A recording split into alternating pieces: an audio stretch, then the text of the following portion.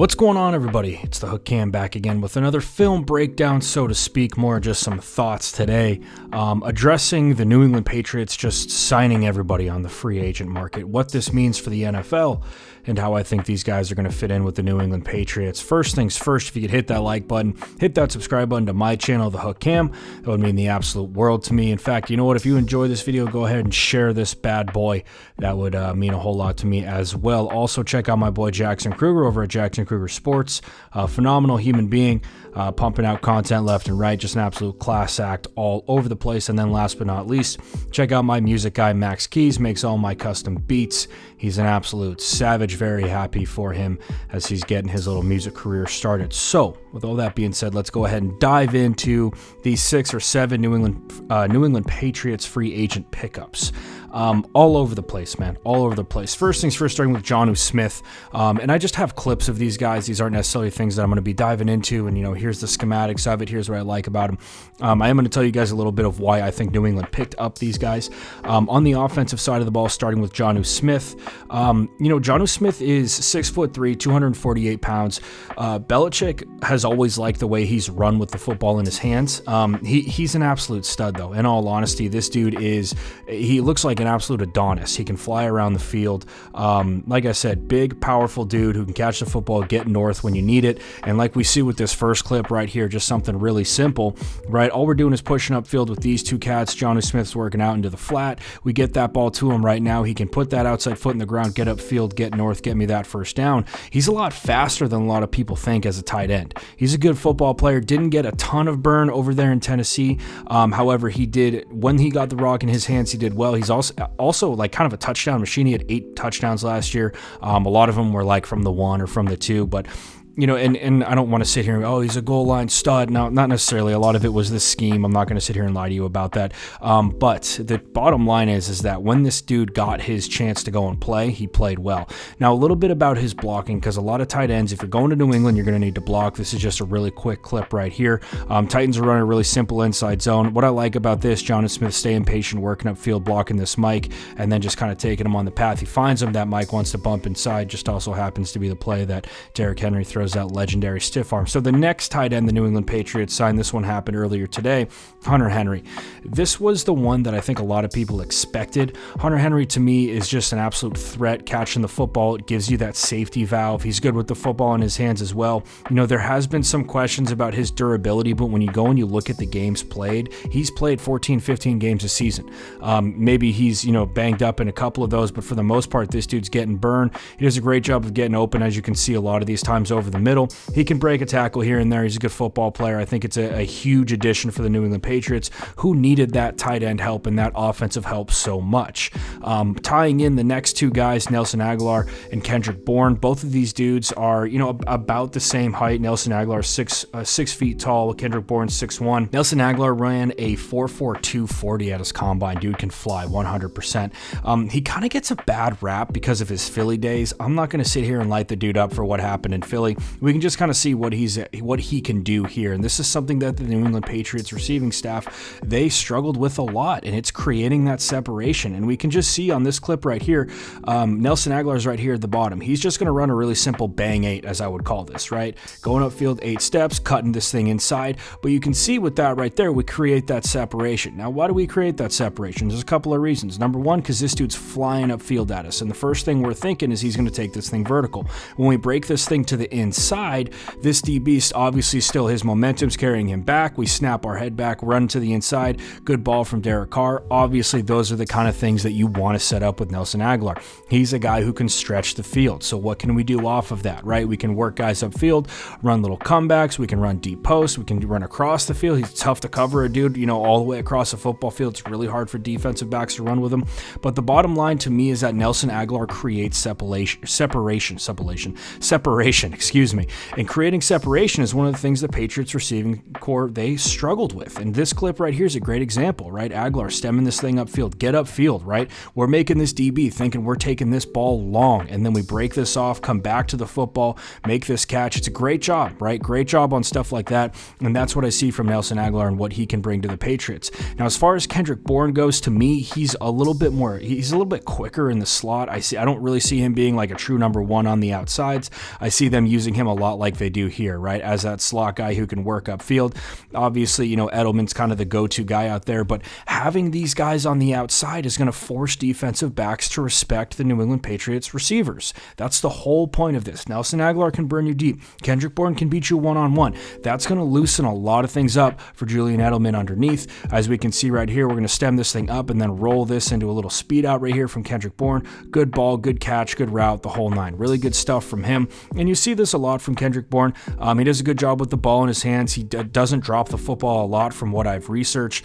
He's not bad after the catch, but bottom line is that he's another weapon. You do see him one-on-one on the outside a little bit when you go into your empty stuff, right? Maybe you can get a cornerback on the outsides, get him a little bit uncomfortable over there. So all in all, what am I saying with this New England free agent signings on the offensive side of the ball? This is exactly what they needed, and this is what I was talking about. When you sign Cam Newton, I don't mind that, but you can't sign Cam Newton and then keep the same offensive weapons that you had around him. You can't keep Jacoby Myers, Julian Edelman, N'Keal Harry and expect to get the job done. We've seen it for 3 years now with those guys, and they haven't been able to. Now you need to go get help, which is exactly what they did. They bring in two legitimate receiving tight ends with Jonnu Smith and Hunter Henry. Those are two dudes who can they do well with the football in their hands. They can get upfield. Hunter Henry does a great job, like I said, working into the middle of the football field, finding that soft zone. All of that stuff he does really well. Jonnu Smith, like I said, ball in his hands, he's an absolute bowling ball. So this is, like I said, exactly what they needed. If you're going to keep Cam Newton, you need to get him the receivers. And a lot of people, just really quickly, a lot of people want to hate on Cam Newton for what happened last year. And I understand where that criticism is coming from. I 100% do. But you have to give this guy a fair shake. If you think last year was a fair shake, you're lying to yourself. That was not a fair shake for what that dude can do with a healthy offense. Now Cam Newton, and again, this is just like, you don't have an excuse now, right? If you can't perform with the guys that you have around you right now, that's on you. Now he has those guys. I think he plays a lot better. We've seen him in Carolina. Greg Olsen and Cam Newton had a phenomenal connection in Carolina, right? And a lot of it was, it wasn't Greg Olsen stretching the field deep. It was Greg Olsen in the flat, Greg Olsen 5 yards upfield over the middle of the field, right? Yes, he did stretch the field here and there. It's not like he never did it, but Cam Newton, he can be a legitimate passing quarterback in the NFL. He just needs the weapons to do it. So with all that being said, let's move to the defensive side of the football, which to be honest is a little bit more of a surprise for me. First signing that I saw from the legal tampering period was Davon Godchaux, I believe is how you pronounce his name. This cat can ball. This dude is a good football player. 6'3", 311 pounds. I got a couple of clips dialed up for us here. Traditionally, he plays in like this one tech. He does bump over sometimes and play that 4-eye. At 6'3", he has that flexibility, but at 311 pounds, he's not some dude you're going to be standing up on the edge of your defense. Probably 4-eye is about as far as you'd like to bump him out, but this cat can get after the ball carrier, and that's the biggest thing about him. Right here, we see against the New England Patriots from their first game this year, they're running what looks to be like a little wide zone. We stay at the midline with this offensive lineman right here, come off, shed, and make the play on the ball carrier. That's a really good job. And we saw this time and time again from Godchaux this year. He only played 5 games, so hopefully he's healthy coming back into New England system. But look at this right here, man. This is working on Joe Thuney. Joe Thuney just signed a fat payday with the Kansas City Chiefs, and he's doing a great job working a one-on-one right here. We keep that inside arm free, right work upfield, and get that ball carrier. Great job, man. And this dude, like I said, this isn't a first-time thing for him last year. This was 2 years ago against the Patriots, last game of the season, and he's following the polar in this situation. This is a really, really good play from him. We're trying to pull with Joe Thuney. We followed that with 56. We're meeting this ball carrier in the backfield for a big-time tackle for loss. And like I said, Godchaux is going to be one of the bigger signings I think that we see. Not only that, but this kid hustles, right? Everybody in the NFL hustles. There are a couple guys who don't, and they don't last very long. Godchaux's a hustler, right? He can get after it. He loves getting down, or excuse me, not loves, but he does a great job of getting flat down the line of scrimmage when we see this ball carrier going to the outside, getting in on the play. The dude is an absolute dog on the field. Really, really like that signing from the New England Patriots. The next guy, and one of the bigger surprises for me, was Matt Judon. Matthew Judon playing for the Baltimore Ravens last year. Almost said Baltimore Orioles. Baltimore Ravens last year. 6'3", 260 pounds. This is the new NFL, right? You need to have solid dudes on the edges. It's not about the quick, kind of light in the pants pass rusher anymore. It's about thick dudes who can stick it on the edge, right? Stick it against a tackle when they're trying to run wide zone. I got a couple of clips like that, but can also get after their passer, or excuse me, also get after the quarterback, which is exactly what we see. Judon one-on-one with the tight end is a win every time for you, right? And we see that right here. It gives a quick big arm, I guess you could call it, against this tight end, working him by as he gets his momentum going. He's on the edge right here. We can see he shimmies inside. That's going to get that tight end working this way. Big arm him, we'll get around this way, and then we're getting north right now. Obviously, we kind of fumble the snap with Tannehill, but Judon can get after it back there. There's no question about that. The other thing that I like about him, he's got a great motor, and this is a very Belichickian thing to do. Find the dudes with the motor, right? Find guys who are young, who can get after the ball carrier and who fly around out there. Judon's going to be right here. They're trying to set up a screen. Great nose for the football right here as we work out. We got two dudes working, bearing down on us right here. We end up getting upfield, which is a cardinal sin for linemen. You always want them to go back door. He gets upfield and around him, and it ends up being in on this football play right here. Good football player, good signing for him. And again, he's thick, he's big, he can get after it. Here he is against the Patriots. I believe that's Jonnu he's working against, who had a good rookie season. But we just rip right past this guy. He's got no chance. But once again, this is the new NFL, man. It's not about having guys who are a little bit lighter in the pants. And a great example to me is Yannick Ngakoue. Yannick Ngakoue is not a dude who's heavy on the edges of that defense, right? That's why he's kind of bounced around. He's a phenomenal athlete and he's a good football player. But the NFL's moving away from that. We see a lot more wide zone. We see a lot more attacking the perimeter in the NFL these days. You can't have a lighter dude on the outside who's a pass rusher going up against a legitimate NFL tackle. It's not going to work.